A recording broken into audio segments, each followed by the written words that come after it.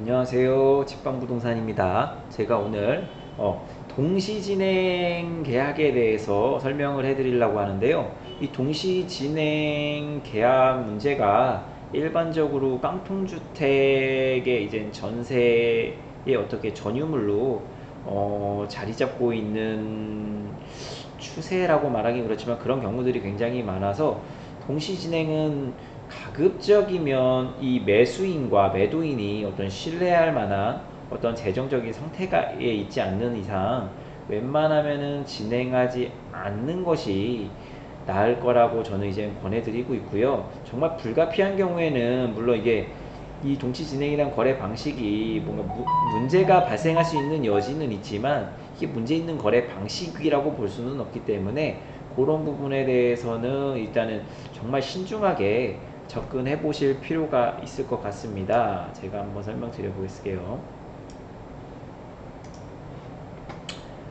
일단 동시 진행은 이미 아실 겁니다. 네, 동시 진행은 일단 갑이라는 사람이 네, 갑이라는 사람이 이 A 주택을 보유하고 있어요. 네, A 주택 보유하고 있는데 이거를 이제 매매도 생각을 하고 있고, 근데 이제 뭐 갭 투자자들의 뭐 이런 거를 생각을 해서 갭 투자자들의 어떤 그런 본인 자금 지출을 최대한 줄여주기 위해서 전세를 놔주는 경우 뭐 이런 경우도 있습니다. 근데 일단 여러 경우를 한번 생각해 볼게요. 그래서 제가 이제 을이라고 가정을 해서 제가 이제 세입자가 될 사람이에요. 네, 세입자가 될 사람인데 좀 싸고 좋은 집을 찾다 보니까 어떻게 뭐 이 A라는 주택을 알게 됐어요. 그래서 제가 이 A 주택을 이제 임장을 하고 보고 나서 이제 계약을 하려고 하니 이 갑이 어, 이거 어차피 저 팔 거니까 이거 병에게 팔 거예요. 예, 병에게 팔 거니까 제가 이거 지금 계약서 써놨거든요. 그러니까 이 병이랑 계약을 하시면 될 것 같습니다. 라고 얘기를 하게 될 거예요. 동시 진행이 될 거면. 그래서 졸지에 원래 을은 물건 소유자와 잔금 당시 물건 소유자와 거래를 하게 돼서 보증금이 원래 이쪽으로 가야 되고 이쪽으로는 이제 주택의 인도가 있어야 되는데 이게 아니라 주택 인도는 이렇게 되는 게 맞는데 보증금이 일로 가지 않고 여기로 가게 됩니다. 물론 계약금도 마찬가지였겠죠. 보증금을 이쪽으로 가게 해서 계약을 해야 된다라고 얘기를 하게 되면 이게 바로 동시 진행인데, 이 동시 진행을 왜 하지 말라고 말씀드리는지에 대해서 제가 설명을 드려 볼게요. 예제를 들여서 설명을 드려 볼게요. 네, 보증금 1억이라고 가정할게요. 네, 보증금 1억이라고 가정을 하고 이 건물 시세를 1억 3천이라고 가정을 할게요. 1억 3천이라고 가정을 할게요. 그러고 제가 을이라고 그랬죠. 을인 내가 이 갑에 갑이랑 만약에 거래를 하게 되는 경우 전입신고를 미리 해놓을 수가 있습니다.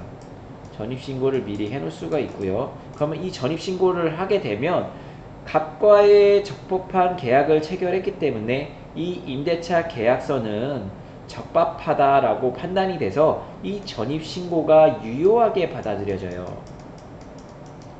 근데 만약에 이 을이 갑소유임에도 불구하고 매매계약을 체결했다는 이유만으로 병과의 계약을 체결하고 보증금을 이쪽으로 보내게 되면 이 임대차 계약은 현재로서는 무효입니다. 왜냐하면 소유자가 아닌 사람과 거래를 했기 때문에 무효인 법률 행위가 되는데, 이 무효인 법률 행위가 유효가 되는 시점이 있겠죠. 그 유효가 되는 시점이 바로 갑에서 병으로 소유권 이전 등기가 경료된 날, 끝난 날, 이게 이제 유효로 바뀌게 됩니다. 즉 임대차 계약 이후 전입을 했을 때 대항력이 발생하는 요건은 이 임대차 계약서가 유효한 날부터 전입이 가능하게 돼요. 그러면 이 유효가 된 날, 예를 들어 22년, 오늘이 7월 6일인데 7월 6일에 갑에서 병에게 소유권 이전 등기가 넘어갔다고 가정을 할게요. 그리고 을과 병이 임대차 계약서를 쓴 날이 뭐 보통 당일날 되지만 미리 썼다고 가정할게요. 좀 이해를 좀 편하게 하기 위해서 7월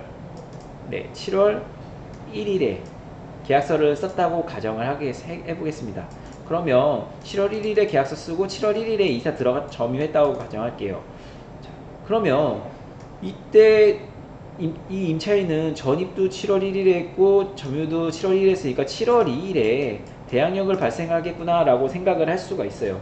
근데 문제는 뭐냐면 임대차 계약서를 7월 6일에 썼기 때문에 7월 2일에 계약서를 쓸 당시에 소유자는 갑이었어요. 근데 갑과 임대차 계약서를 쓴 건 아니기 때문에 이거는 이제 임대차 계약의 유효함을 증명을 할 수가 없기 때문에 이 전입은 무효입니다. 그래서 효력이 없어요. 그래서 이게 바뀌는 날 7월 6일로 바뀌는 날 이제 전입신고가 된 걸로 봐요. 네, 이날 전입신고가 된 걸로 봐서 그 다음 날인 7월 7일에 대항력을 발생하게 됩니다. 즉, 이 병이 나쁜 마음을 먹고 7월 6일에 기반해서 어떠한 사채 대출이든 금융기관 대출이든 개인간 대출, P2P죠. 개인간 대출을 받든 어떠한 거래로서 가등기를 설정을 하든 어떠한 이런 법률사항에 대해 어떤 제한 물건들이 발생하게 되는 경우 이 전세입자, 을 같은 경우 이 1억 전세를 날리게 되는 경우가 생길 수 있습니다. 그래서 이러한 동시이행 거래는 하지 않으시는 게 일반적입니다. 네, 특정한 어떤 신뢰관계가 확실하지 않는 이상 하지 않는 것이 일반적이고요. 그리고 갭 투자자들에게 팔기 위해 갑이 예를 들어 병에게 갭 투자자에게 팔기 위해 예를 들어 갭 투자자인 병에게 팔기 위해 난 전세를 끼고 팔아야 된다 라고 얘기하시면 을은 이렇게 요구해 보시면 됩니다. 아, 그러면 제가 전세 들어갈 거죠. 어차피 병씨가 대출 안 받는다고 하셨잖아요. 그러면 제가 전세 들어가고 이 돈 받으시면 이 돈 받으시면 이 병이 그 보증금을 승계해서 들어가면 되는 거 아닙니까? 이게 뭐 하루 차이 난다고 뭐 크게 상황이 바뀌는 것도 아닌데 뭐 굳이 그렇게 하시니까 그러면서 이렇게 해주세요 라고 요청을 해보시면 정말 진실된 병이 진실된 투자자로서 이 을이 가지고 있는 보증금을 인수하고 계약할 수 있을 만한 여력이 충분히 되면 그렇게 하시면 돼요. 3천만 원만 주면 되잖아요. 제가 아까 이거 1억 3천이라고 가정했으니까 3천만 원만 주면 되는데 뭐가 문제가 됩니까? 갑님은 병님한테 3천만 원만 받고 소유권 넘겨주면 되지 않습니까? 라고 얘기했는데 여기서 엉뚱한 소리를 한다. 사기의 확률 높습니다. 왜냐면 이게 하루 차인데 이게 말이 안 됩니다. 근데 예를 들어 이게 시세가 뭐 2억이 넘어요. 그래서 병이 또 대출을 받는다고 얘기를 해요. 만약에 그런 경우에는 또 내용이 또 달라질 수는 있는데 예를 들어 이렇게 만약 대출까지 받는다 그러면 더 조심해야 되겠죠. 을림 입장에서는 어떻게 대출 받을지 모르니까. 그래서 일단은 동시이행은 조심하는 게 맞습니다. 그리고 제가 아까 여기서 말씀드렸던 거 적법한 권한을 가진 사람에게 소유자가 넘어가고 그와 계약을 체결했을 때에 제가 유효해진다고 말씀드렸죠.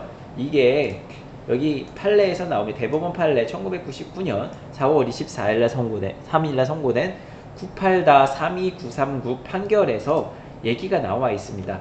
이 판결은 이전에도 제가 제 유튜브에서 설명을 해드린 적이 있는데 소유자로 돼 있다가 이거를 이제 제3자에게 매각하면서 소유자가 임차인으로 들어가는 그런 계약을 체결했는데요. 이 소유자는 애초에 자기가 소유했을 때부터 주민등록이 되어 있었어요.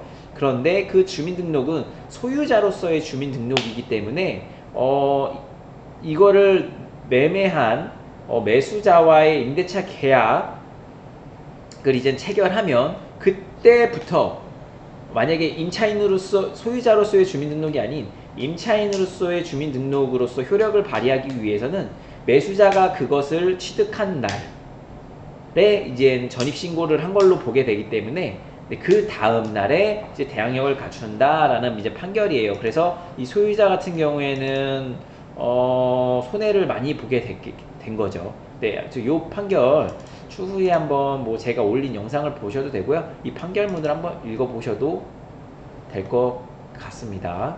네, 그리고 이거 확인해 보시고 그래서 그리고 제가 아까 여기서도 말씀드렸는데 이게 너무 지저분해졌네요.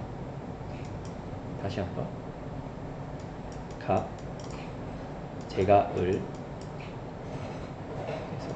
동시 진행은 아까 말씀드렸듯이 병과 계약하게 되는 요 과정입니다. 그래서 요런 과정은 웬만하면 지양하시길 바랍니다.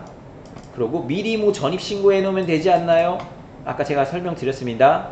갑과의 임대차 계약을 하고서 전입신고한 거는 그 전입신고가 유효하게 작용을 하는데 갑물건인데 병과의 계약을 했는데 갑에게 전입신고한 거에 대해서는 이 전입신고는 효력이 나중에 이 전입신고는 정당한 임대차로 인한 전입신고가 아니다라는 게 증명이 되면 대항력을 발생할 수가 없습니다. 전입신고의 효과를 발휘할 수가 없어요. 그래서 을림은 아까 제가 말씀드렸듯이 갑을 설득해서 요런 형식으로 계약을 하자. 나는 당신한테 돈 줄 테니까 병에게 그거를 승계하라고 하고 그 차익만 받아라. 이렇게 얘기를 하시면 됩니다. 네, 그러고 이 병이 특약을 써준다고 할 수가 있어요. 뭐 을이 전입신고한 다음날까지 전입신고 다음날 즉 잔금일까지죠. 잔금일까지 어떠한 제한물건, 가등기, 소유권 이전 등 다른 물권 변동이 없게 한다라고 얘기할 수가 특약으로 적어준다고 할 수가 있어요. 그러면 괜찮으려나 생각할 수는 있어요. 근데 그거는 일반적인 경우이고요. 일반적인 경우는 이렇게 적어주면은 안전도는 확실히 올라갑니다. 근데 이 사람이 사기꾼이야. 사기꾼에겐 특약은 아무 의미가 없습니다. 왜냐하면 사기꾼은 이 계약으로 사기를 칠 생각으로 이미 했기 때문에 특약을 지킬 하나의 어떠한 실익도 없어요. 그래서 특약은 그냥 임차인의 어떤 마음을 달래주기 용으로 적어줄 수도 있습니다. 그래서 특약이 있다 하여 이 사람이 이 특약을 이행하지 않을 수 있습니다. 사기꾼이라면. 그래서 이 물건 같은 경우는 특약이 있더라도 이 병은 그 당일날 P2P 대출을 받아 근저당을 설정하든 아무개에게 가등기를 설정하든 어떤 다른 법률 행위를 충분히 할 수가 있어요. 그래서 그 부분을 이제 감안은 하시고 해야 될 것 같습니다. 그래서 저 같은 경우에는 이러한 동시 진행의 경우 잘 진행을 하지 않을 예정이고 이런 거래를 요청하는 경우 갑과 병에 대한 전적인 신뢰가 있지 않는 한 진행을 하지 않을 것 같습니다. 그리고 아까 말씀드렸듯이 만약 이런 동시 진행급을 원한다 그러면 아까 말씀드렸듯이 예를 들어 7월 6일에 세입자님이 전입신고 하시고요. 전입신고 하시고 그 다음에 임대인에게 전세금 이체하시고 다음날 너네 잔금해라. 요렇게 하셔서 진행하시면 됩니다. 감사합니다.